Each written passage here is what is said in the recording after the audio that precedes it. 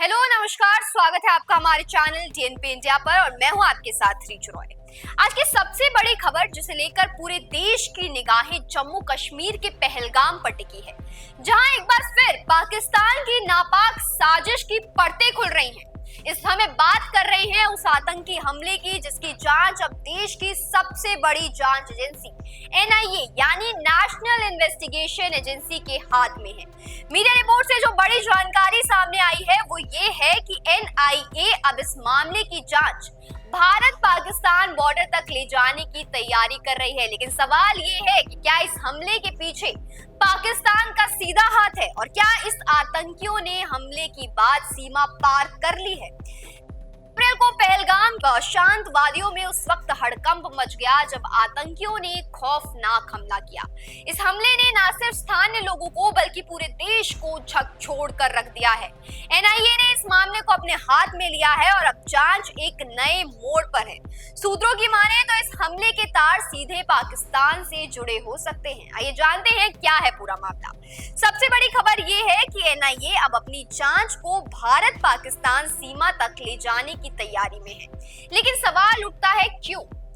दरअसल जांच में कुछ ऐसे संदिग्ध इलाके चिन्हित किए गए हैं जहां से आतंकियों के घुसपैठ करने की आशंका जताई जा रही है।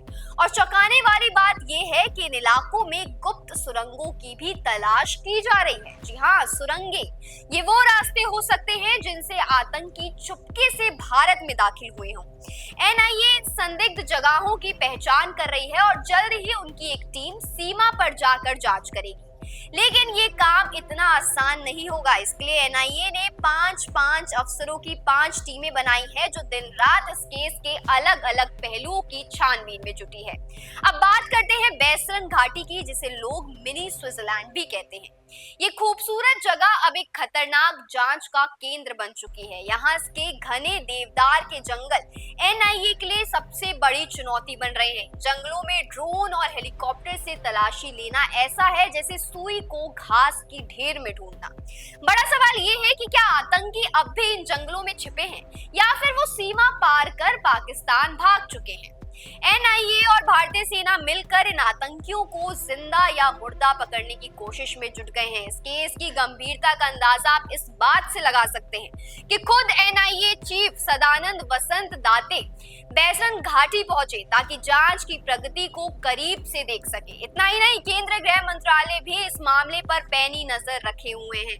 गृह मंत्री अमित शाह और गृह सचिव गोविंद मोहन हर पल की अपडेट ले रहे हैं। सूत्रों का कहना है कि जल्द ही एनआईए इस मामले की शुरुआती रिपोर्ट मंत्रालय को सौंप देगी। आइए अब आपको इस जांच की टाइमलाइन समझाते हैं। एनआईए ने 26 अप्रैल को केस अपने हाथ में लिया और महज 6 दिनों में 220 से ज्यादा लोगों से पूछताछ की गई। यानी हर दिन दर्जनों लोग जांच के दायरे में आए। कुछ लोगों को बार बार बुलाया जा रहा है। हर व्यक्ति का नाम, पता और दूसरी जानकारी एक रजिस्टर में नोट की जा रही है ताकि जरूरत पड़ने पर उन्हें दोबारा बुलाया जा सके। बेसिकली एनआईए के कुछ लोगों को तो ये भी कहा गया है कि अगर उन्हें विदेश जाना है तो बिना एनआईए को बताए देश नहीं छोड़ सकते। अब बात करते हैं एक ऐसे शख्स की जो इस जांच में संदेह के घेरे में आया था। आप जो स्क्रीन पर ये तस्वीर देख रहे हैं ये है मुजव्विल, जो बैसरन मैदान में टूरिस्टों को जिप लाइन राइड करवाता है। एनआईए ने शुक्रवार को भी उससे पूछताछ की, लेकिन क्या वो वाकई इस हमले में शामिल है ये तो जांच के बाद ही पता चलेगा।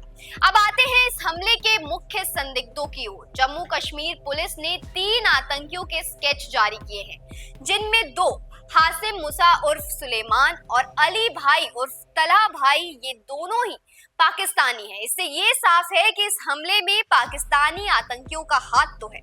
सूत्रों का कहना है कि यह हमला लश्कर-ए-तैयबा ने टीआरएफ के जरिए करवाया और इसके पीछे पाकिस्तान का इशारा हो सकता है। एनआईए इसकी सबूत जुटाने में जुट चुकी है। इस जांच में भारतीय सेना भी अहम भूमिका निभा रही है।